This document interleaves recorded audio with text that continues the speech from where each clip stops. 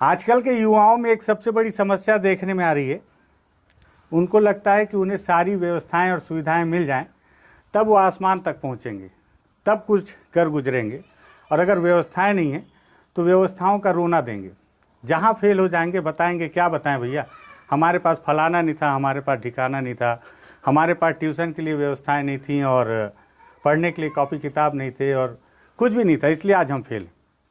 लेकिन आज मैं आपको एक ऐसे शख्स से मिला रहा हूँ, वो भी बहुत अभाव के साथ उसने आगे बढ़ा और एक जीवटता थी और एक जिद थी कि नहीं, मुझे अपनी लक्ष्य को हासिल करना ही। और आज वो अपने लक्ष्य में।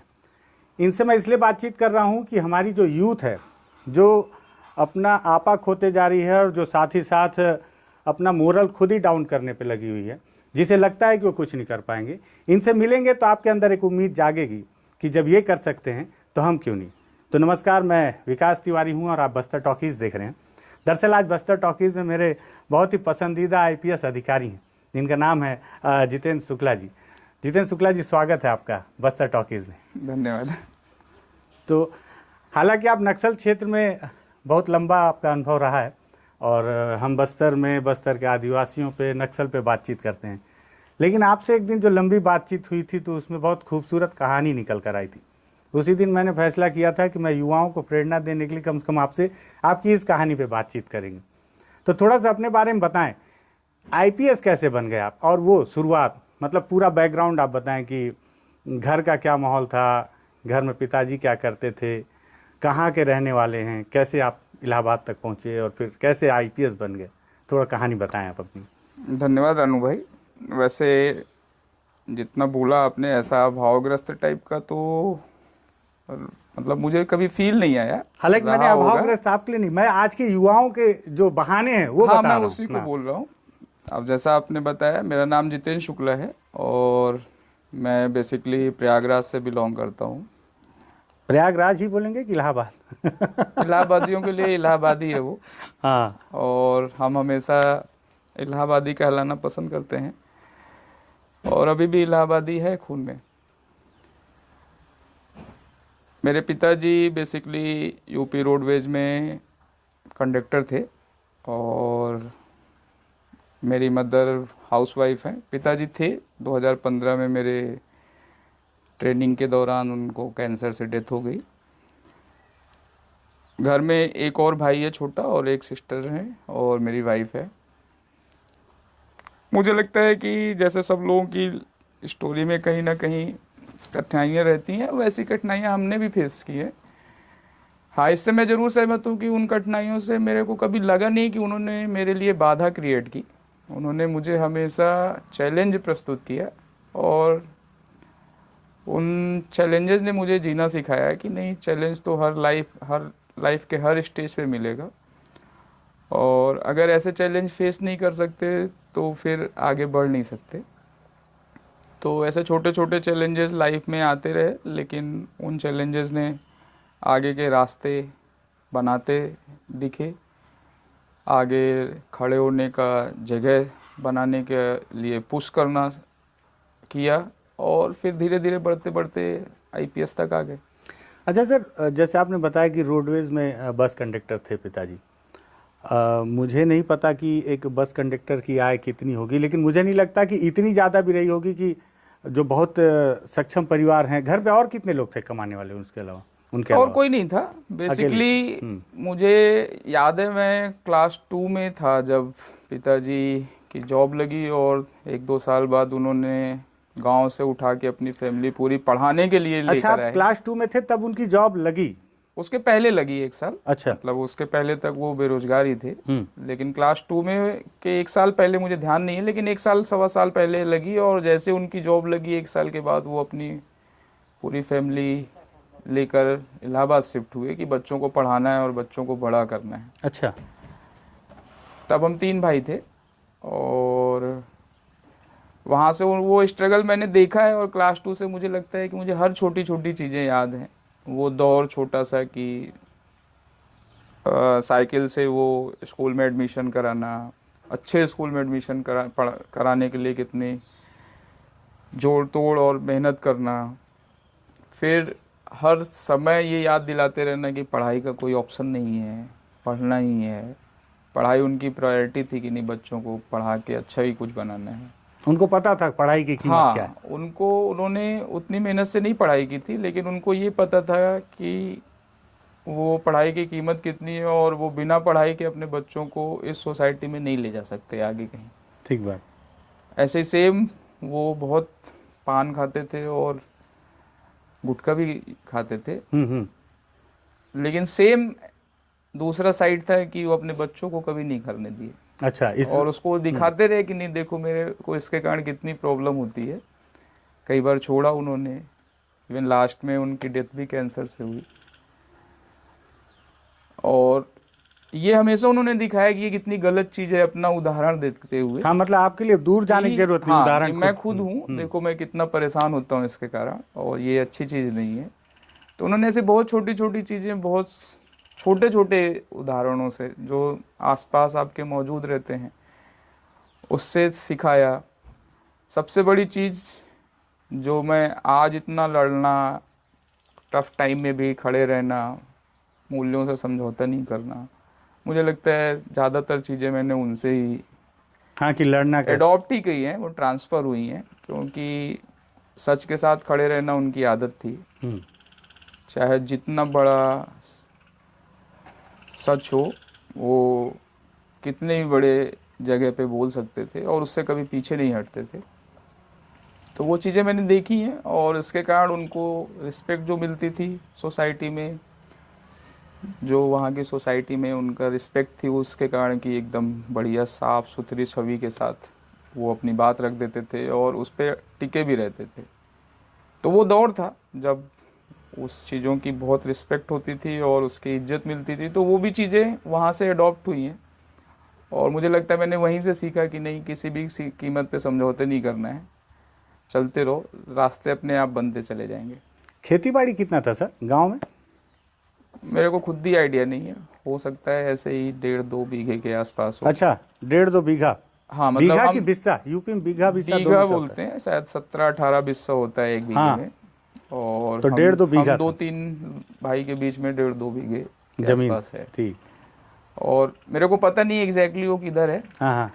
क्योंकि क्लास 2 में वो लेके निकले तो उसके बाद वो गांव जाना एवॉइड ही कराते थे, क्योंकि हमारे गांव में ज़मीन को लेके बहुत लड़ाइयाँ होती थी। इवन मेरे पिताजी को एक बार, उधर फरसा बोलते हैं, हाँ। फरसा हाँ, एक फरसा, हथियार टाइप का होता है जिसमें थोड़ा सा तेज धार वाला होता हाँ। है, उससे उनके सर पे एक बार अटैक हुआ था। जमीन के चक्कर में? हाँ, जमीन के चक्कर में। तो उनके मन में ये डर भी बैठ गया हाँ, होगा उनको कि ये क्लियर था कि यहाँ पे नहीं भेजना है लड़कों को, क्योंकि ये रह नहीं पाएंगे यहाँ पे, इस लड़ाई में नहीं उतारना है, इस जमीन की मतलब लड़ाई इस में नहीं माहौल से उतारना दूर है। रखना हाँ, इस माहौल से दूर रहना है, वो उनको पहले दिन से क्लियर था। तभी उन्होंने जैसे ही जॉब लगी वैसे ही हटा दिया। अच्छा।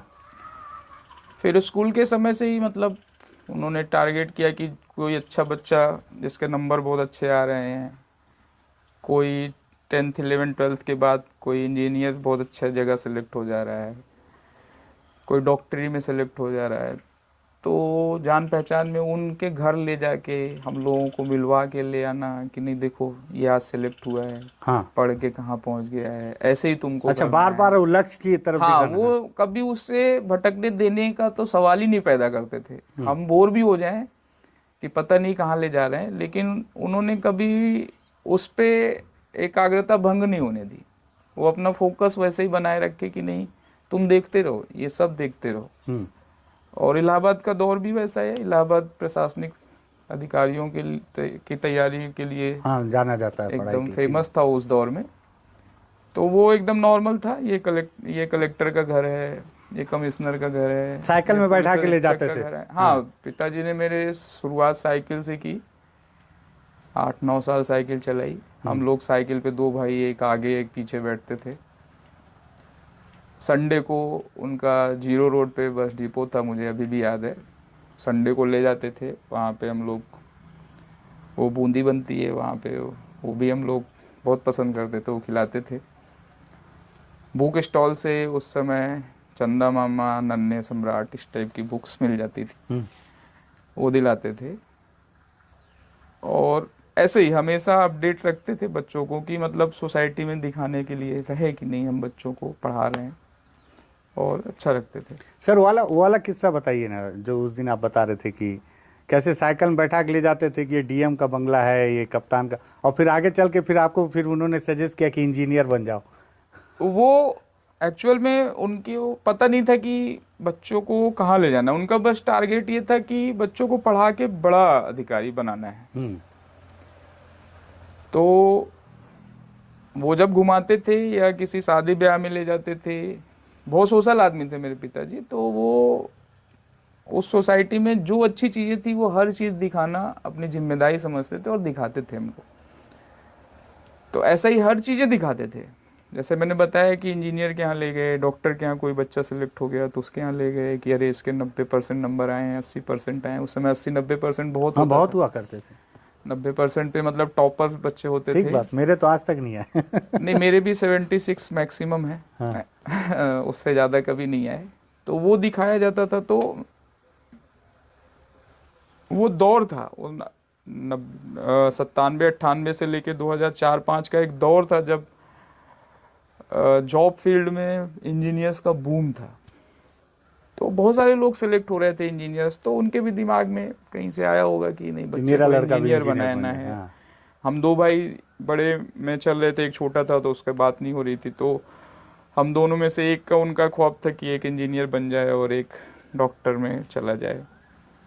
हाँ, तो समाज का एक जो रटा हाँ, रटा है, मतलब वो है। एकदम हाँ। जो फिक्स सोसाइटी में चल रहा था, हाँ। वो एक मेरे लिए इंजीनियर मतलब फिक्स हो गया था। हाँ, और मेरे हाँ। छोटे भाई के लिए कि वो डॉक्टर मतलब आपका रिश्ता तय बायोलॉजी कर दिया पढ़ेगा, गया था इंजीनियर से। मैं मैथमेटिक्स पढ़ूंगा और वो बायोलॉजी पढ़ेगा। तो वो उन्होंने देखा था। मैं 10th तक पढ़ने में ठीक ठाक था, तो मैंने भी मैथमेटिक्स एक्सेप्ट कर लिया। मैथमेटिक्स अच्छी थी, मैंने 12th किया मैथमेटिक्स से। बट ड्यूरिंग 11th तो नहीं, 12th के दौरान मेरे को पता चला कि मतलब मैंने अपना सेल्फ एवेल्युएशन जो किया है कि मैं उतना अच्छा नहीं हूँ जो जैसा लग रहा बेस्ट बन सकूँ। मैथ्स में। क्योंकि मेरे को समझ में आ गया कि एग्ज़ाम जो एकेडमिक एग्ज़ाम है पास करना, परसेंट लाना, वो एक अलग लड़ाई, अलग खेल है। और एग्ज़ाम में सेलेक्ट होके जॉब में सेलेक्ट होना, ये अलग वो टास्क बेस्ट है। की लड़ाई है। और अगर आप बेस्ट नहीं बनोगे तो आपको कोई जॉब देने वाला नहीं है। ठीक बात। तो ये मैं समझ सकता था। हाँ। बट ये मैं पिताजी को समझा नहीं सकता था। वो हाँ, दौर क्योंकि होता उनका था जहाँ concept था ना पिताजी से clear। बातचीत नहीं हो पाती थी। हाँ। मतलब वन वे टाइप का कम्युनिकेशन होता था, ऊपर मतलब से जो आता बोल था। दिए पत्थर की हमारी लकीर। तरफ से कुछ नहीं होता था कि हम कुछ एक्सप्रेस भी कर सकें। वो उस समय का पिता पुत्र का उस टाइप का रिलेशन था। इवन मुझे लगता है पापा आज भी होते तो मैं शायद उतना ठीक बात। स्पॉन्टेनियसली उनको बोल नहीं सकता कि नहीं ये चाहिए, हाँ, वो बात कर नहीं काट सकते। सकते। वो होता ही नहीं, अभी भी नहीं होता। तो वो दौर था, वो उन्होंने डिसाइड किया। बट 11th-12th में इस कारण भी हुआ क्योंकि मैं थोड़ा सा पढ़ाई को इग्नोर मारा।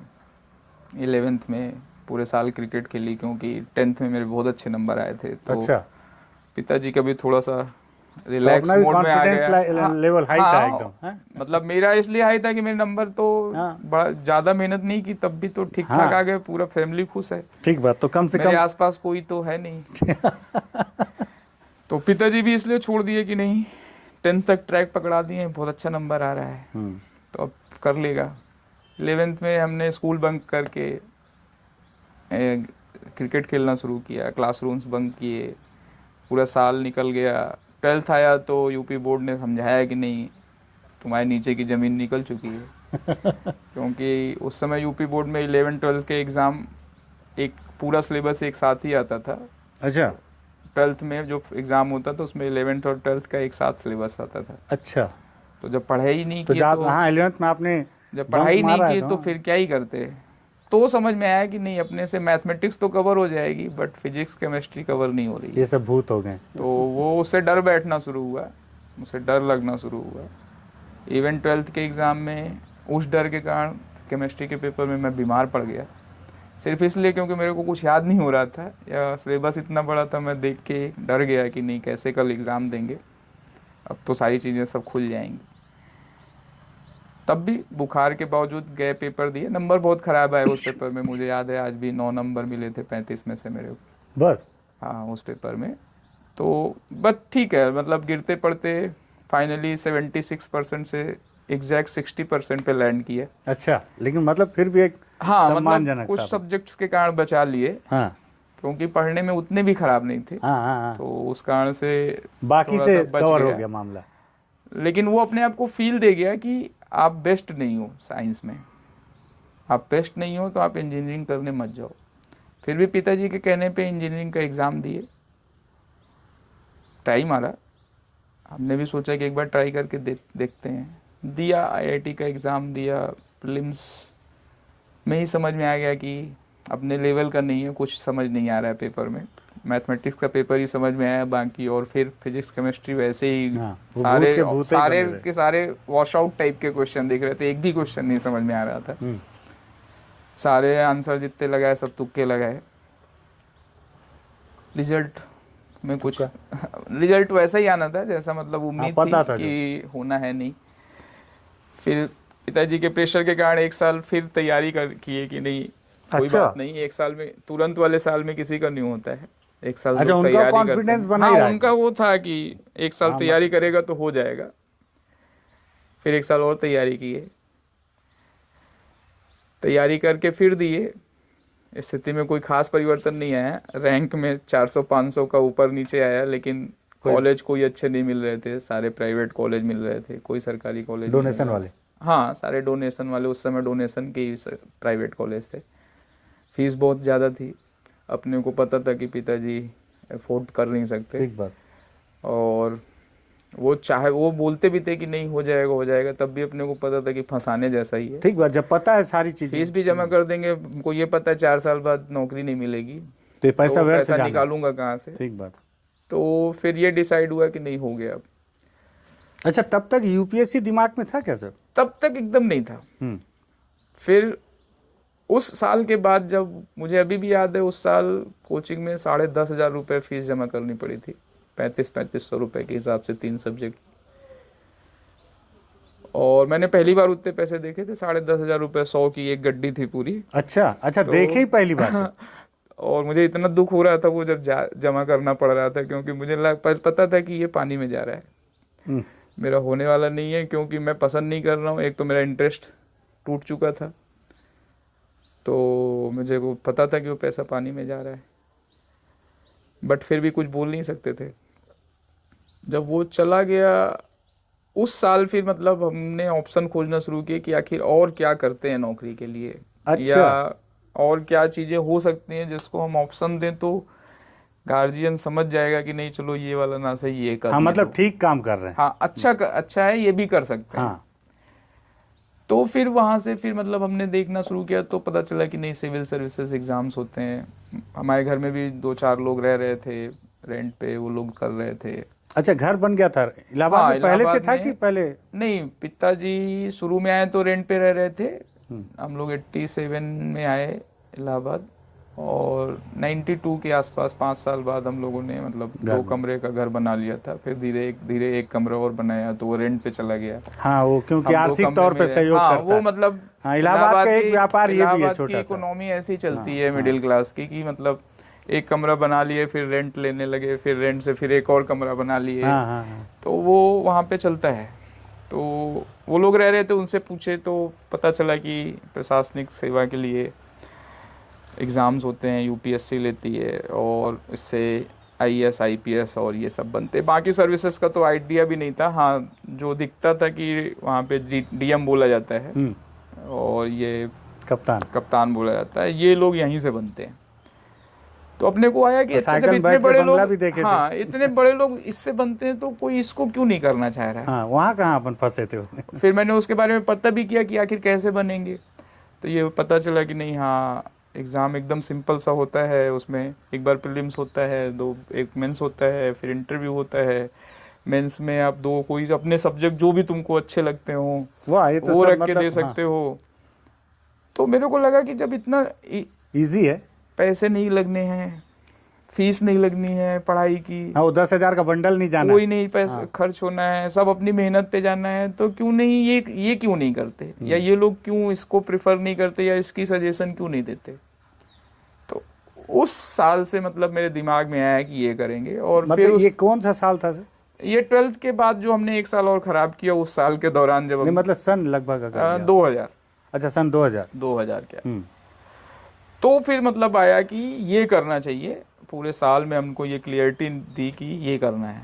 और जब मैं फेल हुआ उस साल भी, किसमें? अच्छा, इंजीनियरिंग के हाँ, एग्जाम हाँ, में, हाँ। तो मैं एकदम सॉलिड हो गया कि यही करना है। अब अब यही उसके करना लिए मेरे पास था कि सब्जेक्ट क्या रखना है और क्या करना है। तो ये हुआ कि जब मैं साइंस में अच्छा नहीं कर सकता, जितनी मेहनत मैं साइंस में दे रहा हूँ, उतनी मेहनत अगर मैं कोई आर्ट्स के सब्जेक्ट में दूंगा तो शायद मैं उसमें अपने आप को बेस्ट बना बेस्ट सकूं। कर सकें। ठीक बात। और अगर एग्ज़ाम की लड़ाई बेस्ट की है तो मुझे बेस्ट ही बनना है। तो मैंने डिसाइड किया कि मुझे बीए करना चाहिए। अच्छा, फिर आप बीए में चले गए। बीए इसलिए क्योंकि पैसा भी कम है और सब्जेक्ट आपको अपने पढ़ने हैं और सब्जेक्ट आपको अपने से पढ़ के बेस्ट बनना है।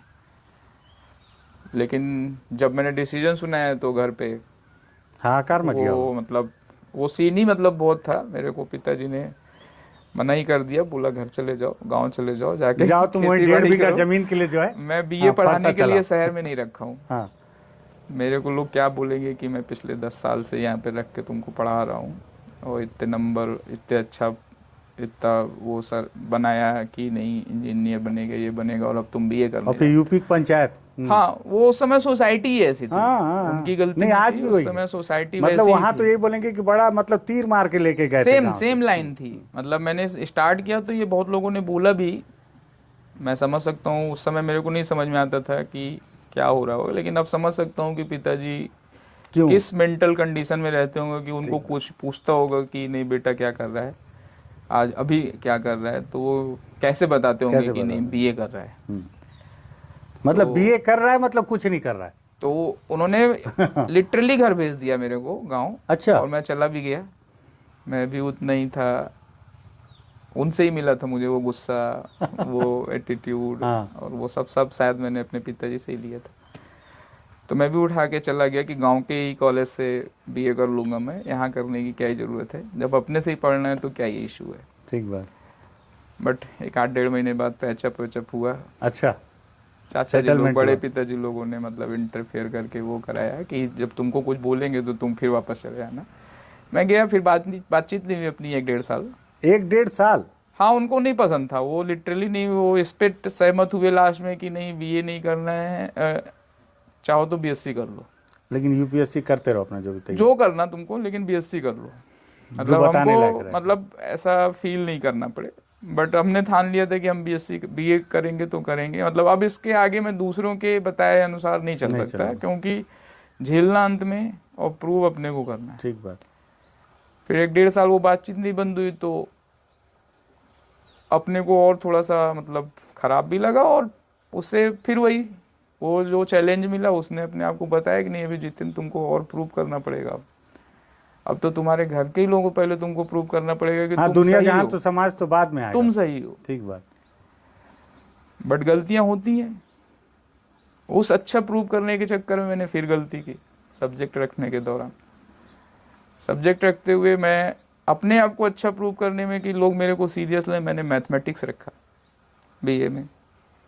मैथमेटिक्स इसलिए क्योंकि मुझे लगता था कि मैं मैथमेटिक्स ठीक ठाक जानता हूँ और हाँ, ठीक पुराना ठाक कर अनुभव जो लेता था हूँ। आपका, हाँ। मेरी अच्छी है मैथमेटिक्स। बाकी ज्योग्राफी सेलेक्ट किया मैंने अपने मेन सब्जेक्ट के लिए कि मैं उसको पढ़ूंगा, उसमें अपनी स्पेशलिटी बनाऊंगा और उसको अपना बेस बनाऊंगा मैं। और हिस्ट्री चूँकि जीएस वीएस के लिए ज़रूरी था तो वो रख लिए। बट फिर ज्योग्राफी पढ़ने में मैं इतना इन्वॉल्व हुआ, ज्योग्राफी के पीछे नशा इतना चढ़ा बोल सकते हैं, ज्योग्राफी पढ़ने में क्रेज इतना बढ़ा कि मैथमेटिक्स मेरी वीक होने लगी। और शुरू के 2-4 महीने मैंने मैथमेटिक्स को जैसे ही हल्के में लिया, फिर स्थिति वही आई नवंबर-दिसंबर में कि मैथमेटिक्स मेरे को मेरी समझ से ही बाहर हो गई। वो अपना औकात दिखाने लगा। हाँ। और मैं ग्रेजुएशन फर्स्ट ईयर में लाइफ में पहली बार फेल हो गया मैथमेटिक्स में। मुझे अभी भी याद है, मेरे 150 में से 16 या 17 नंबर आए थे। अरे बाप रे। फिर बैक लगी। ये 16 नंबर फिर तो मैंने एहसान पता में किया भी तो टाइप करा मतलब होगा। मेरे को लिटरली पता नहीं था कि सेकंड एग्ज़ाम होता है, फिर उस फेल ने मेरे को बताया कि अच्छा सेकंड एग्ज़ाम दे के निकल सकते हैं। तो मैंने सेकंड एग्ज़ाम दिया। सेकंड एग्ज़ाम देने के बावजूद, मैंने पूरी एफर्ट लगाने के बावजूद मेरे 55 नंबर आए 150 में से।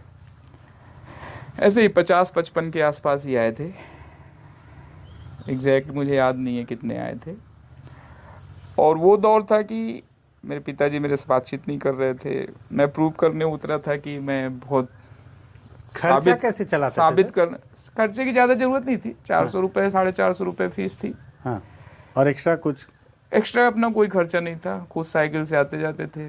साइकिल पंचर हो जाती थी तो जब तक कोई पूछ नहीं लेता था कि नहीं पंचर हो गई है क्या, पैसे चाहिए क्या, तब तक मांगते नहीं थे। तो पूछता कौन था? कभी कभी मम्मी दे देती थी या पापा को बताओ था कि या कैसा, ऐसा ही चल अच्छा, जाता बात था। वहां तक पहुंच जाए कैसे? हाँ, मेरी आदत हमेशा रही, मैंने पैसे मांगने में मुझे हमेशा शर्म लगी। अच्छा, पापा बात नहीं कर रहे थे कि आप भी ट्राई नहीं कर रहे थे? मैं भी नहीं ट्राई कर रहा था। अच्छा, कोल्ड वॉर चल रहा था। मैं वो था कि मैं प्रूव करके बात करूंगा, कुछ लेके जाऊंगा कि तब। मतलब मैं जब प्रूव कर दूंगा कि मैं सही था तब मैं बात करूंगा। और वो दौर वैसा उल्टा पड़ रहा था कि मैं फेल हो गया। मैं कैसे बताऊं कि मैं फेल हो गया? एक तो करेला ऊपर से नीम चढ़ा। मैं बीए करने गया और बीए में फेल हो गया। हाँ, अपने मन का कि वो भी ना पिताजी के ऊपर क्या गुजरेगी कि वो मानेंगे कि मतलब फेल हो गया लड़का। हाँ, आप तो मतलब अभी तक तो बताने मैंने छुपाया पूरा। हाँ, फिर बैक एग्जाम दिया।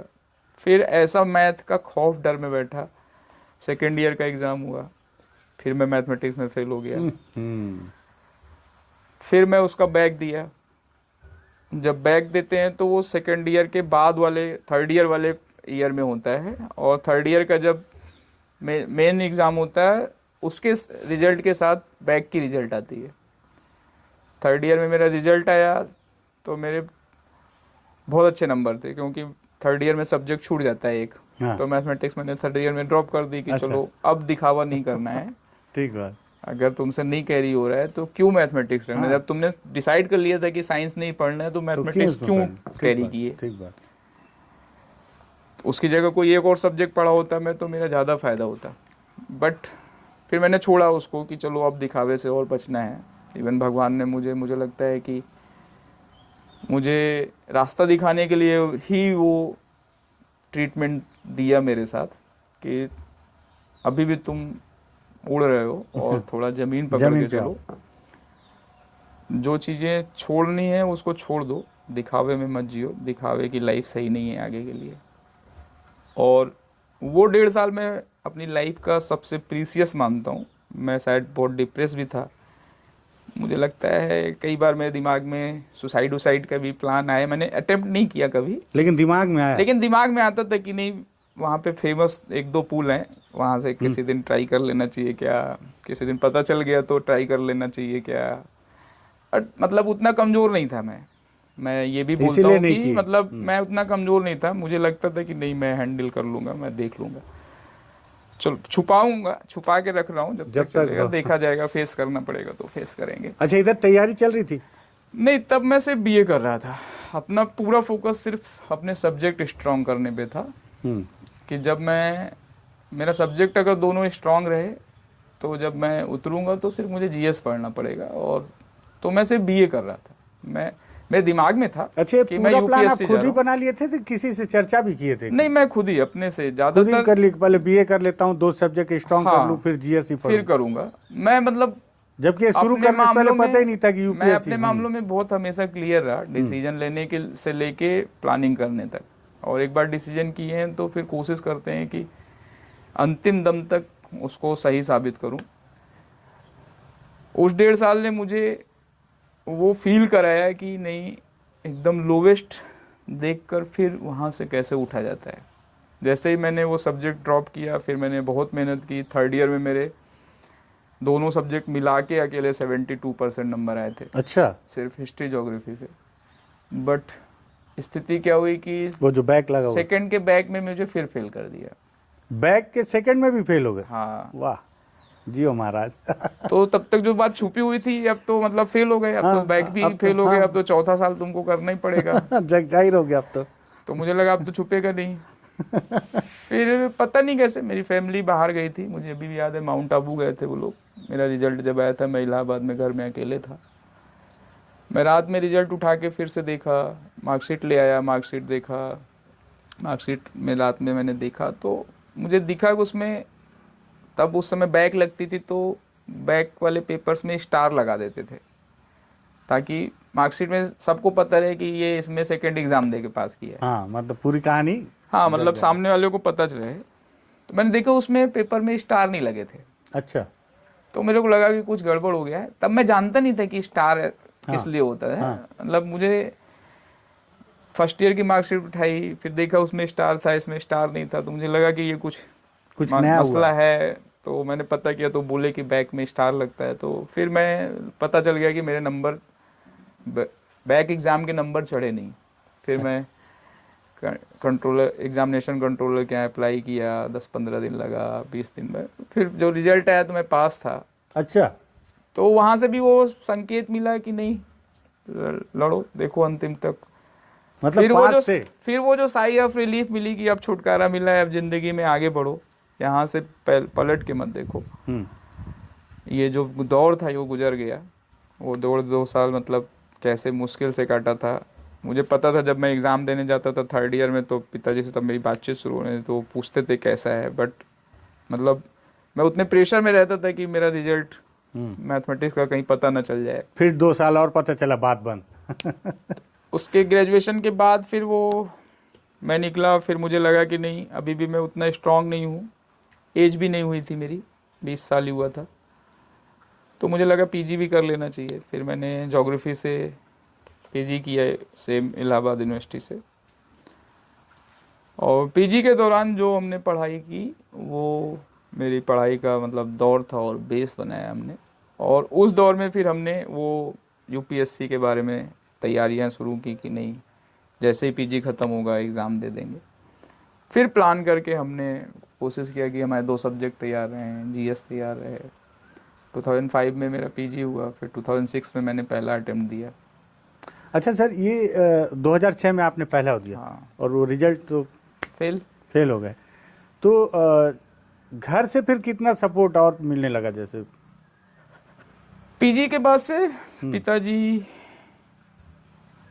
हमारी बात 3rd ईयर में शुरू हो गई। तो पीजी में मैंने फर्स्ट ईयर में अपनी यूनिवर्सिटी में टॉप किया था। तो वहाँ से पिताजी को जब पता चला तो उनको लगा कि नहीं अब लड़का ठीक है, सीरियस जा रहा है। और उनको मैंने समझाया कि देखिए ये मैं बनना चाहता हूँ, ये जो आप एसपी देखते हैं, ये जो डीएम देखते हैं, ये इसका टारगेट है। हाँ, ये मेरा टारगेट है। और उनको वो कन्वे कर पाया है कि नहीं जो आप बोल रहे थे उसमें पैसा बहुत लगता है और मैं वो पैसा बियर नहीं कर सकता, मैं असफल हो के वो पैसा बियर नहीं कर सकता अपने ऊपर। सफलता की गारंटी मेरे पास से नहीं है उसमें, और इसमें पैसे नहीं लगेंगे तो असफल भी हो जाऊंगा तो मुझे उतना दुख नहीं होगा, लेकिन मैं ट्राई करूंगा कि मतलब मैं ये दिखा सकूं कि मैं कर सकता हूँ। स्टार्ट किया था तो मुझे पता था कि मैं बहुत वीक हूँ, उसके लिए भी मैं इतना स्ट्रांग नहीं हूँ, लेकिन धीरे धीरे करते करते 6 में पहला अटेम्प्ट दिए। 6 में पहला अटेम्प्ट दिया, मैं फुली प्रिपेयर होके दिया था, बट अनलकी थे कि प्रीलिम्स फेल हो गए। और प्रीलिम्स फेल होने की बहुत अच्छी स्टोरी है। मतलब पेपर जब देने गए तो उस दिन एकदम जैसे होता है ना, आप 5 साल से प्रिपेयर कर रहे हो कि यूपीएससी दोगे, और जिस दिन आपका पेपर देने का टाइम आया तो आपको एकदम फीलिंग, इतना आपका दिल इतना गदगद टाइप का रहता है, एक्साइटमेंट इतनी हाई लेवल की रहती है कि एग्जामिनेशन रूम में बैठे बैठे मतलब ऐसा लग रहा था कि कब पेपर मिलेगा। और पेपर आया तो पेपर अपने टाइप का भी दिखा, मतलब लगा कि नहीं हमको सब आ रहा है, तो पेपर तो अपना ही है, आज तो हो जाएगा। उस एक्साइटमेंट में बहुत सारी गलतियां हुई, बहुत सारी रीडिंग मिस्टेक्स, बहुत सारी हड़बड़ी। पेपर में कुछ लिखा है, पढ़ हम कुछ रहे हैं अपनी मन में। हाँ, मतलब हम जो आंसर मतलब लिखना चाहते हैं, मतलब पढ़ना चाहते हैं, वो उसमें लिखा नहीं है, बट हम आंसर वो पढ़ रहे हैं उसमें। हाँ। और उस आंसर को मान के वो नहीं, मतलब वो खुशी था, वो एक्साइटमेंट था कि पेपर इजी है और ये है वो है। तो उसके चक्कर में मतलब बहुत सारी गलतियां हुई, दोनों पेपर मिला के 22-23 गलतियां हुई, जीएस और सब्जेक्ट मिला के 22-23 गलतियों के बाद भी मैं उम्मीद कर रहा था कि पेपर इतना अच्छा हुआ था कि शायद हो जाए, बट नहीं हुआ तो ठीक ही हुआ, मतलब बाद में नहीं हुआ तो इस पे भी दुखी नहीं हुए कि नहीं हुआ। उतनी गलतियां करने के बाद बनता नहीं था कि मतलब सिलेक्शन होना चाहिए। जो आदमी रीडिंग मिस्टेक्स कर रहा है, ठीक बात, जो आदमी अभी प्रिपेयर्ड नहीं है, अभी कि भी वो कमी है। पढ़ रहा है, तो मेरे को वो फील आया कि मैं कितना अनप्रिपेयर्ड हूँ, और ऐसे मैं सेलेक्ट हो गया तो मैं क्या ही करूँगा, ठीक बात, कितनी गलतियाँ करूँगा। फिर मैंने डिसाइड किया कि मैं स्टेट सर्विसेज के एग्ज़ाम देता हूँ। ऐसे तो मेरे पास 4 ही अटेम्प्ट हैं। हाँ। मेरा पहले प्लान था कि मैं चारों अटेम्प्ट बैक टू बैक दे दूंगा अच्छा, और फिर स्टेट पीएससी के एग्ज़ाम दूंगा, लेकिन उसके बाद मैंने सोचा कि नहीं, अभी तुम तैयार नहीं हो, तो स्टेट में जाओ। पहले प्रीलिम्स के और 1-2 एग्ज़ाम दे लो, फिर स्टेट के दिए। मुझे अभी भी याद है, मैंने सीनियर से पूछा स्टेट में कितना मार्क्स चाहिए होगा, तो उन्होंने डिवीज़न करके बताया कि नहीं, सब्जेक्ट में तुम 100 के आसपास पहुंच जाओगे तो हो जाएगा, 95 से 100 के बीच में, और जीएस में अगर 105 110 पहुंच जाओगे बहुत इजीली हो जाएगा। पर्टिकुलर उस असफलता के बाद 3 महीने मैंने जितनी पढ़ाई की उतनी मैंने अपनी लाइफ में नहीं पढ़ाई की। मेरे यूपीएससी के प्रीलिम्स रिजल्ट के बाद मुझे नहीं लगता कि मार्केट में ऐसी कोई बुक बची रह गई थी जो मैंने छोड़ी हो। और फिर मैंने वो प्रीलिम्स दिया, सीनियर्स बोले थे कि 105 तक हो जाएगा तो अच्छा हो जाएगा। मैंने जीएस 115 के प्लस किया, ज्योग्राफी 98 किया, उसके बावजूद मैं फेल था। बेस्ट देने के बाद क्योंकि स्केलिंग होती थी उस समय, तो स्केलिंग में कट जाता था। बट मुझे 6 में फेल हुआ, 7 में फेल हुआ, बट मुझे हमेशा लगता था कि नहीं, अभी मैं तैयार नहीं हूँ। मतलब मैं उस असफलता से कभी ये निगेटिविटी नहीं लाया, मुझे लगा कि नहीं, उसका स्टैंडर्ड और ऊपर है, अभी मेरा स्टैंडर्ड वहाँ नहीं पहुँच रहा। हाँ, मेरे को अभी और पहुँचना है, तो मुझे अपना उठाना पड़ेगा। मेरी गलती के कारण हो रहा है ये, उसकी गलती के कारण नहीं हो रहा है कि स्केलिंग के कारण मैं डाउन हो गया या वो हो रहा है, क्योंकि वो सिस्टम था। अच्छा सर, सिस्टम को आपको 2006 में आप शुरू किए, सफल कब हुए आप? मेरा 2012 का एग्ज़ाम था। हाँ, मैं वही बता रहा हूँ। फिर मैं 2008 के यूपीपीएससी के एग्ज़ाम में दिया। उसमें जाके जब मेरा प्रीलिम्स हुआ, मेंस हुआ, इंटरव्यू हुआ, तब मैंने वापसी की अगेन यूपीएससी के लिए। फिर मैंने 2009 का दिया, इंटरव्यू दिया, 2010 का दिया, इंटरव्यू दिया। फिर 11 ड्रॉप किया क्योंकि सिलेबस चेंज हुआ था बहुत सारा, और मेरे कोई दोस्त देने को तैयार नहीं थे। तो मैं तैयार भी था, तब भी मैं वो साहस नहीं कर पाया कि। अच्छा, इंटरव्यू दिए, इंटरव्यू तक पहुँचे आप? 9 में इंटरव्यू दिया, 10 में इंटरव्यू दिया, बैक टू बैक 2 साल। हाँ, फिर 11 में पूरा सिलेबस यूपीएससी ने चेंज किया था, तो मैं तैयार था, बट मेरे साथ और पूरे जो लोग दे रहे थे सब ने ड्रॉप कर दिया था, तो मैं साहस नहीं कर पाया कि मुझे देना चाहिए। फिर 11 महीने भी ड्रॉप किया, फिर 12 का एग्ज़ाम दिया, और मैं जानता था कि मेरा हो रहा है, क्योंकि कॉन्फिडेंस। हाँ, मैं वो गिरते गिरते, मेरे पिताजी बोलते थे उस दौर में, क्योंकि मेरा सिर्फ यही एग्ज़ाम नहीं था, मैं स्टेट के भी पीएससी में 1 नंबर से बाहर हुआ। 2008 के एग्ज़ाम में जस्ट 1.2 नंबर बाहर था मेरा कट ऑफ, मतलब फाइनल सिलेक्शन से। उत्तराखंड की पीएससी दिया था, मेरे जस्ट ऊपर बंद हुआ था। तो वो लोग भी हताश हो रहे थे, वो लोग भी मतलब कौन? घर वाले भी, कि कहाँ फंस रहा है, क्यों नहीं हो रहा है। हाँ, 3-4 साल अच्छा, हो आप रहा है। शादी भी कर लिए थे?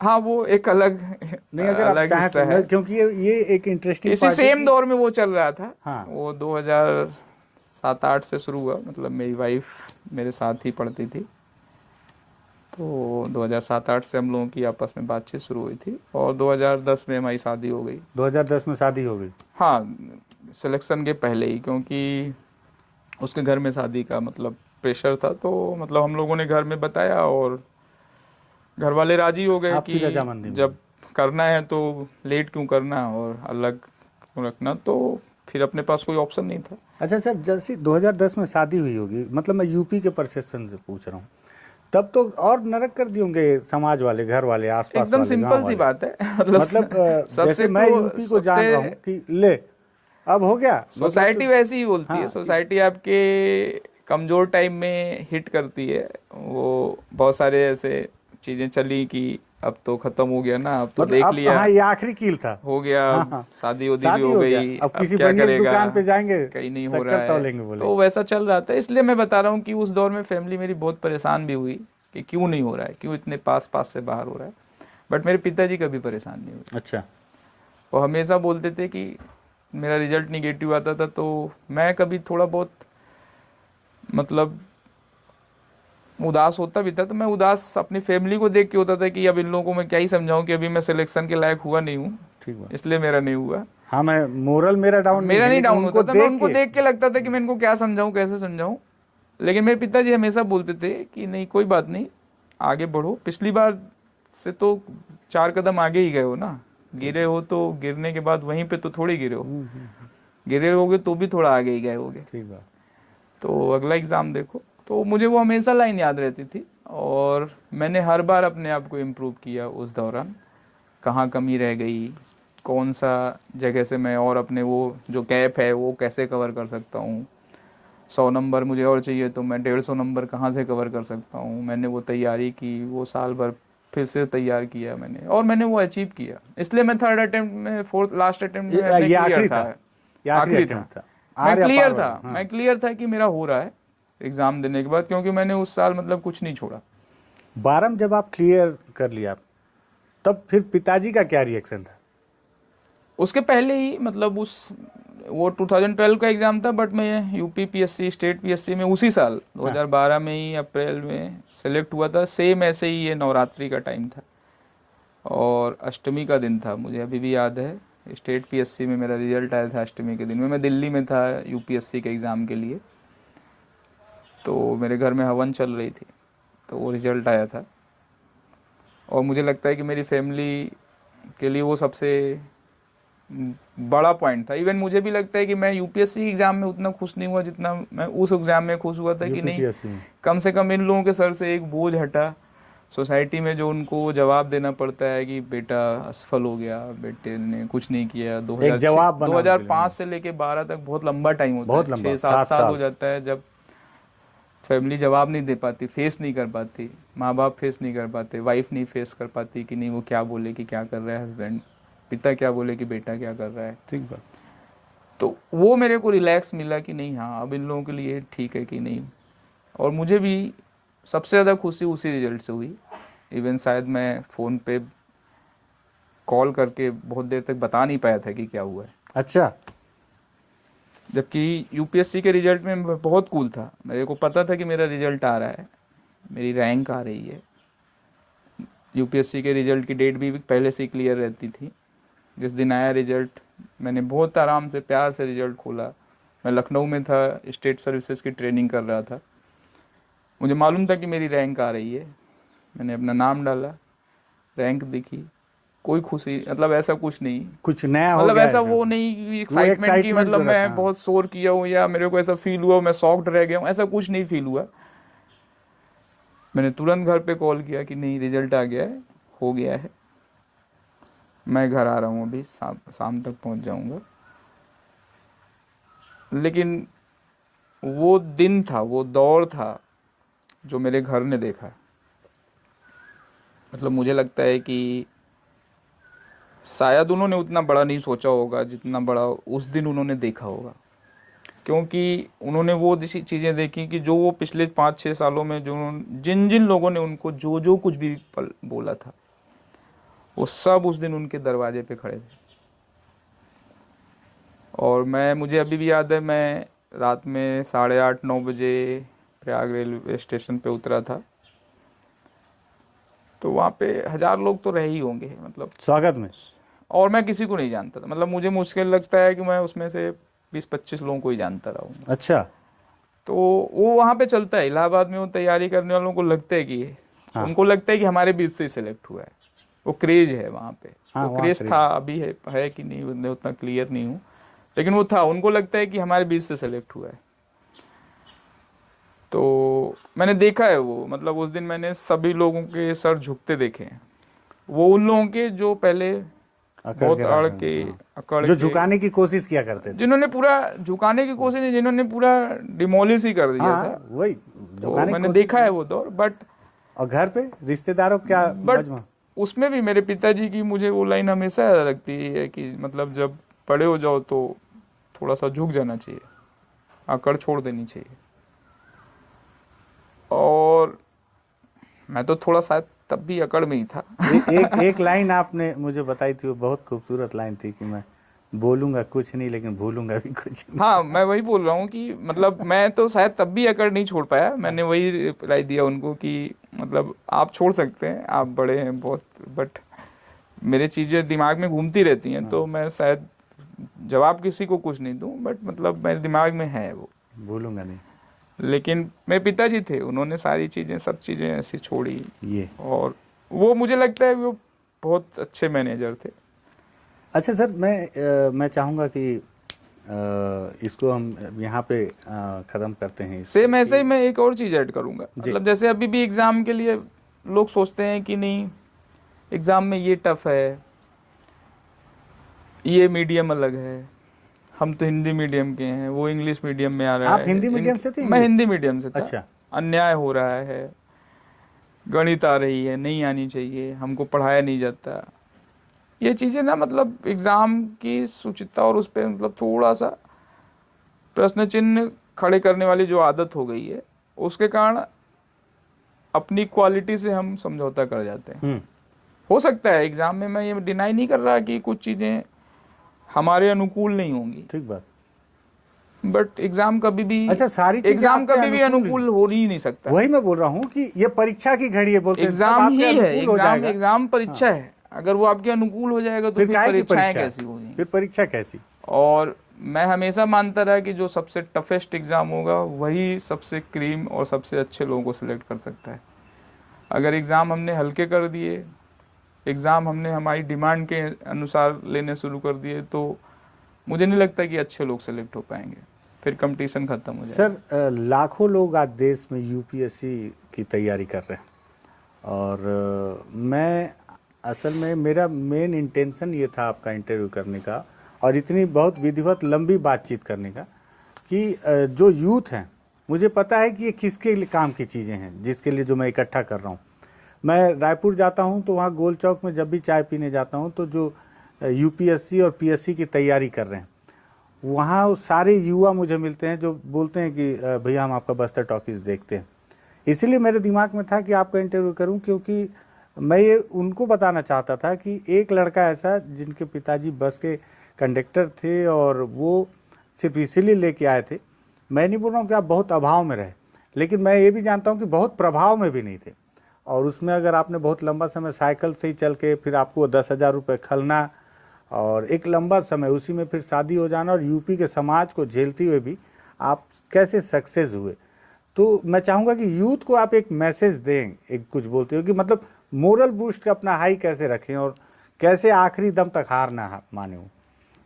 इसी के साथ हम फिर ख़त्म करें। मेरा हमेशा से मानना रहा है कि आसान चीज़ें नहीं सिलेक्ट करनी चाहिए। पहली चीज़ तो आपने मतलब तो जिंदगी में लक्ष्य हमेशा कठिन रखने चाहिए।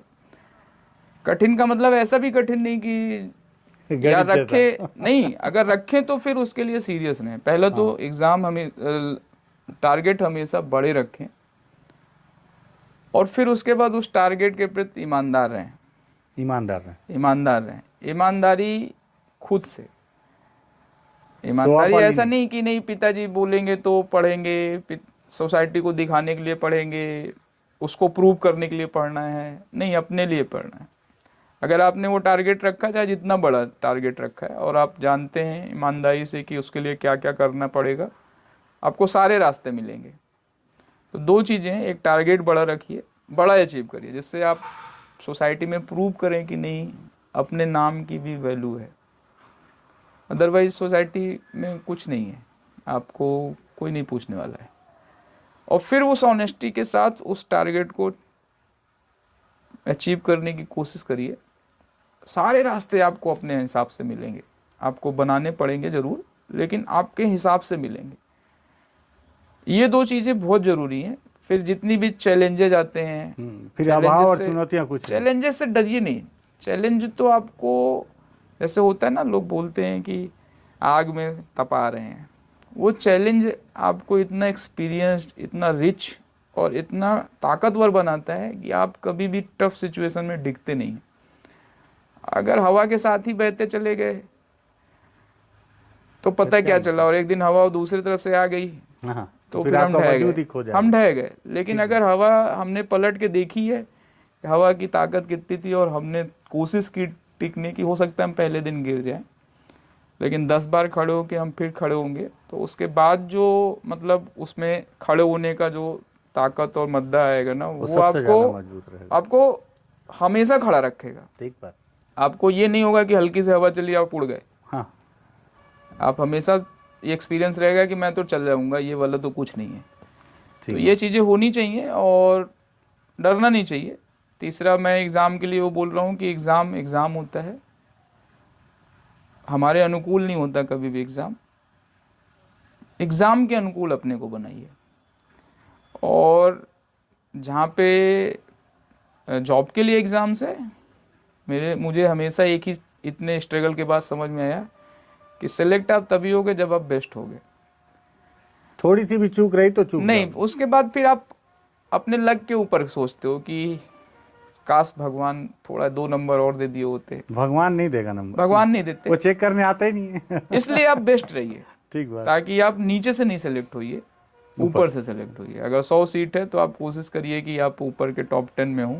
तो हो सकता है कि आपका लक उस दिन नहीं चला हो तो आप 50 में सेलेक्ट होंगे। मतलब आपका 60 फोकस ये पहुंच मत जाएगा। रखिए कि मैं 100 में आ जाऊं, हाँ, टॉप 10 आप में हो गए नहीं ना, क्योंकि हर परिस्थितियां एग्जाम के दिन आपके विपरीत होंगी। आपका माइंड आपके साथ नहीं हो सकता, बारिश हो सकती है, ट्रैफिक बंद हो सकता है, तमाम समस्या, बहुत सारी समस्याएं हो सकती हैं। तो हम उन सारी परिस्थितियों को अगर एक साथ देखें तो हमको यही समझ में आता है कि एग्जाम का डे जो होता है वो आपके लिए एकदम विपरीत होता है। तो आप सेलेक्ट तभी होगे जब आप उतना गैप क्रिएट किए रहोगे कि आपके साथ कुछ भी हो सकता है, थोड़ा बहुत कम भी हो गया ना, तब भी आप इन हो जाओ। तो आप बेस्ट होगे तो ही सेलेक्ट होगे।